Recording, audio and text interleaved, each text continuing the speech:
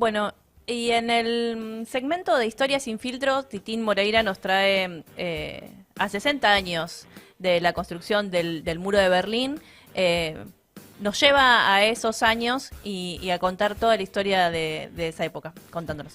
Vamos a ver la primera parte. 13 de agosto de 1961, hace 60 años, se empezó a construir el muro de Berlín, que fue el símbolo de lo que se llamó la cortina de hierro, impuesta por la Unión Soviética y los países satélites bajo su dominio, que separaron a Europa Oriental y a Europa Occidental, que fue un símbolo que utilizó el capitalismo para denostar las ideas socialistas, porque lamentablemente esa parodia de socialismo que existía en Alemania Oriental fue la que le dio todos los argumentos al imperialismo dominante.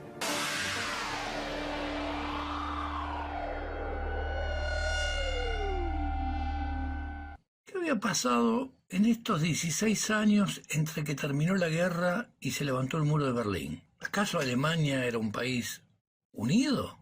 ¿Era un país único? No. Cuando los nazis se rindieron frente a las tropas aliadas, Inglaterra, Francia, Estados Unidos y la Unión Soviética, ellos habían configurado cómo sería el mundo de posguerra.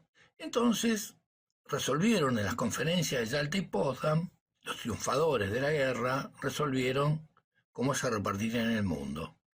A la Unión Soviética quedaría bajo control de todo lo que es el este de Europa, particularmente Polonia, Bulgaria, Rumania, Checoslovaquia. Y Europa Occidental, la Europa más desarrollada, más industrial, la Europa imperialista, ese va a quedar como estaba.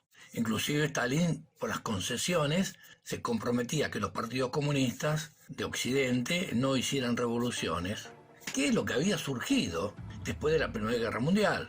Después de esa carnicería, surgieron revoluciones, algunas triunfantes, como la que dirigieron los bolcheviques en Rusia. Y el peligro que la Segunda Guerra Mundial termina de la misma manera.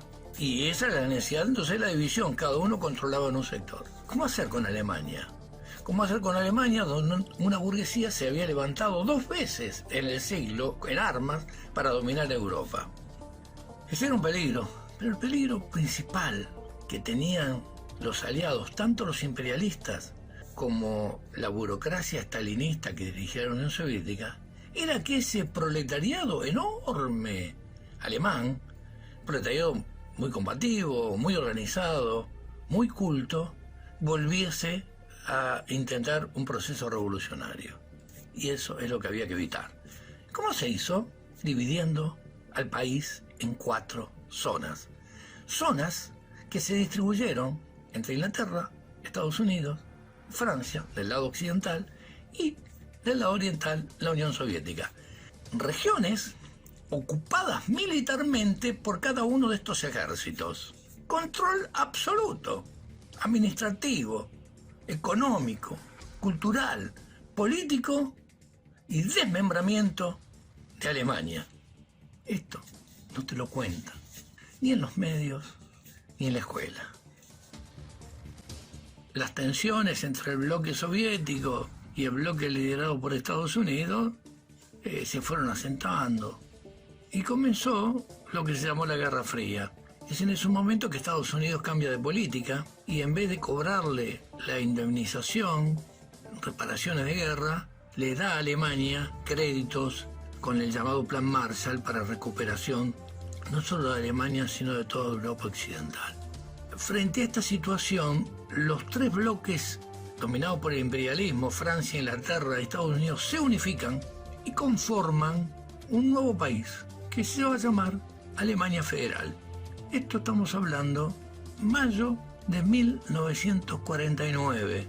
En octubre, la Unión Soviética responde y funda la llamada República Democrática Alemana. Al poco tiempo se levantan fronteras entre estas 2 repúblicas que dividen al país. Berlín no estaba dividido, la gente podía transcurrir de un lado al otro. La tensión va aumentando y la crisis en Alemania Oriental se profundiza. En el año 52 va a suceder un hecho poco contado en la historia de esta división que tuvo Alemania. La rebelión popular en 1953.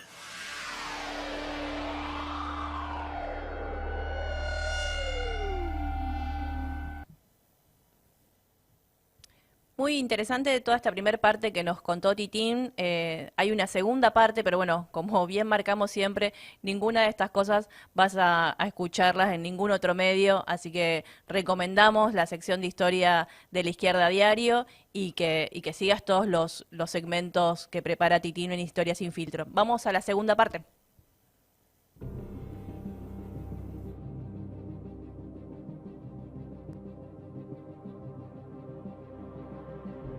Stalin había impuesto en Alemania y en todo el este europeo el régimen social, o sea, la expropiación de la burguesía y la planificación económica, que había sido producto del triunfo de los bolcheviques en 1917, con un nuevo régimen social, un Estado obrero. Ese Estado obrero había degenerado. ¿En qué sentido? Que el poder político lo tenía una casta burocrática privilegiada comandada por Stalin, que había abandonado la revolución internacional y que imponía cero democracia dentro del país. Este régimen social fue el que impuso, años después de la guerra, sobre todo el este europeo. O sea, cambió de sistema capitalista a un sistema falsamente llamado socialista, pero de expropiación de los capitalistas y de planificación económica. Y Alemania Oriental también. Pero no fueron producto de revoluciones, sino fueron en frío y hechos desde arriba por el Ejército Rojo. En 1953, las condiciones sociales y económicas de Alemania Oriental se estaban deteriorando. Hacía unos meses había muerto Stalin y la situación económica no progresaba. Y a la burocracia gobernante se le ocurrió aplicar, te imponían que tenías que aumentar 10% la producción sin tocar el salario, así como lo escuchás.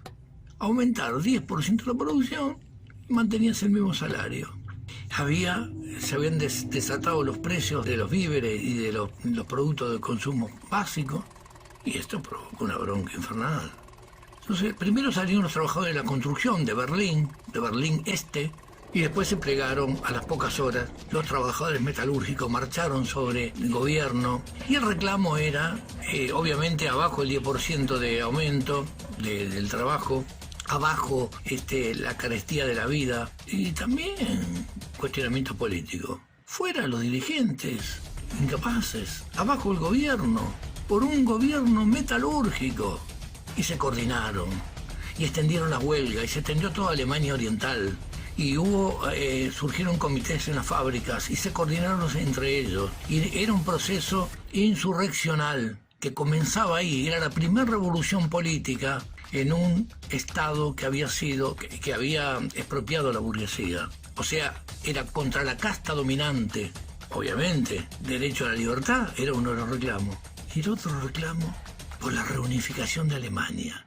Los obreros de Berlín del Este, en su levantamiento contra la burocracia, levantaban la necesidad de reunificarse con sus hermanos de Occidente. Sin embargo, este levantamiento, al no tener el apoyo efectivo, coordinado, de los obreros de Alemania, de Berlín, y en esos momentos, en esa huelga insurreccional del 53, los trabajadores no tenían una organización revolucionaria que les planteara claramente las banderas de la revolución política.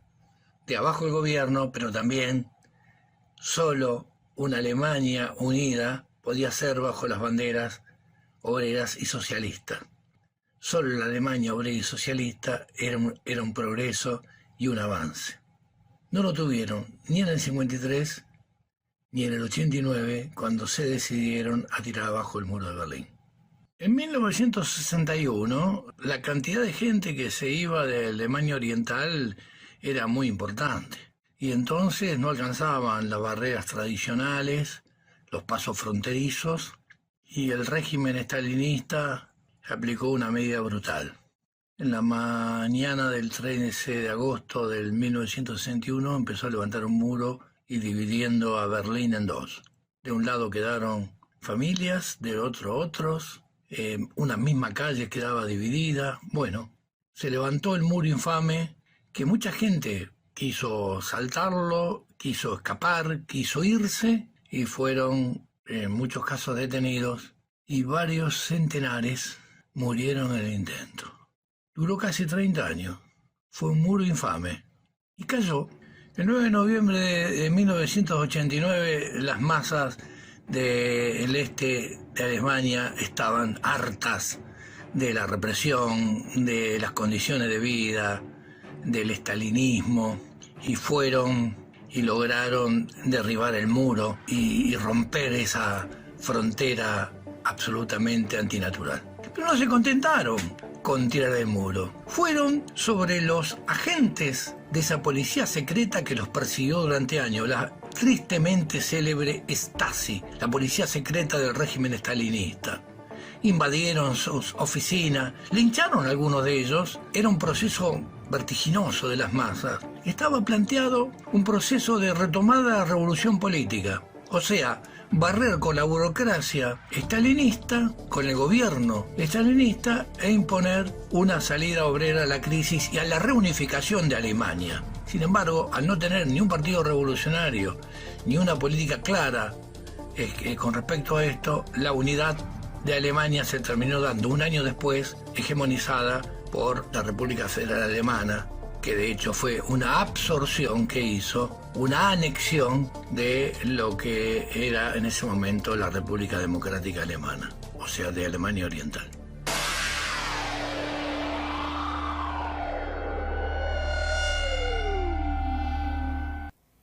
Bueno, excelente como siempre el segmento de Titín, esta vez contando todo lo que sucedió a 60 años de la creación del Muro de Berlín y las lecciones que tenemos que tomar de esos episodios. Hoy que las políticas neoliberales están mucho más poderosas, con mucho más empuje que en el 89, también vemos que del otro lado, o sea, hay toda una juventud que abraza las ideas del socialismo. Por ejemplo, la mitad de los jóvenes en Estados Unidos abrazan esas ideas. Pero bueno, también como contaba Titín, en ese momento no había un partido revolucionario y bueno, y las lecciones que nosotros tenemos que ir sacando para poder encauzar a esos miles de jóvenes que hoy están pensando en otro tipo de sociedad. Exactamente. Y por otro lado, también la fecha nos sirve para pensar en los muros que existen hoy, por ejemplo, ¿no? También Estados Unidos con Estados Unidos está el muro que cruza la frontera al sur de México, ¿no? Donde las violaciones a los derechos humanos es algo constante. También está el muro de Israel que se construyó alrededor de Jerusalén, o la Franja de Gaza. Hay muchos muros de los que tenemos que hablar también continuamente, pero nosotros recomendamos por Historia Sin Filtro porque incluso les sirven a los chicos como los que están escribiendo en el chat, como Emanuel, para poder saber un poco más de la historia, de nuestra historia y por qué se da y por qué los que militamos en una izquierda revolucionaria luchamos por cambiar y luchamos contra este sistema capitalista que es el que llevó adelante todas estas políticas, como bien contaba en el segmento de Historia Sin Filtro Titín. Pero bueno, nos estamos yendo. Sí, antes de terminar hablar del segmento, recomendar dos películas, hay muchísimas, es verdad. Pero Goodbye Lenin es una, Sí. La vida de los otros, digo, cualquiera de las dos pelis como para meterse en una, por lo menos a mí que me encanta Goodbye Lenin, la relación de un hijo y una madre a pocos meses de la caída del muro y cómo este hijo se desvive por hacerle, no le quiero spoilear, pero lo voy a hacer, no lo voy a hacer. Bueno, véanla, que está muy buena. Si Bueno, y otra recomendación de un libro es el de Stalin, el gran organizador de derrotas, ¿no? También. Por la cuestión esta que también planteaba Titín del socialismo en un solo país.